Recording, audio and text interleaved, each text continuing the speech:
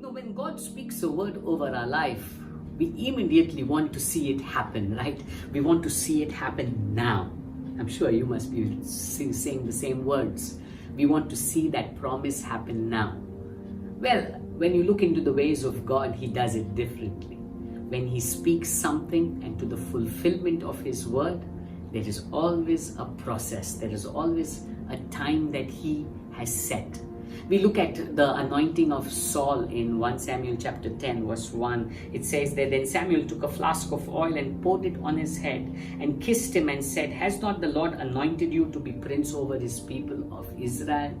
You see, God spoke to Samuel to anoint Saul. But when we read 1 Samuel 11 verse 5, we see Saul is not actually the king there. He is doing the normal jobs that maybe his father's business. It says there in verse 5, "And now behold, Saul was coming from the field behind the oxen." That means either he was plowing the field or looking after the oxen. He was doing his normal day-to-day jobs. In chapter 10 verse 1, God says, "I have called you to be king." Chapter 11 verse 5, he's still looking after his father's business. But I want to tell you, there is a process. Be faithful in the little things that you are called to do. Whatever it may be, the promise that God has spoken, He will bring it to pass. Let me say that again. The promise that God has spoken, He will bring it to pass. You and I need to continue doing whatever we are called to do on a day-to-day basis faithfully.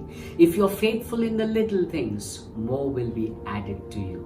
Let me say that again. If you're faithful to the little things, more will be added to you. So if you're waiting for the promise of God to come to pass in your life, or His call to come to pass in your life, just continue doing faithfully what you are doing now.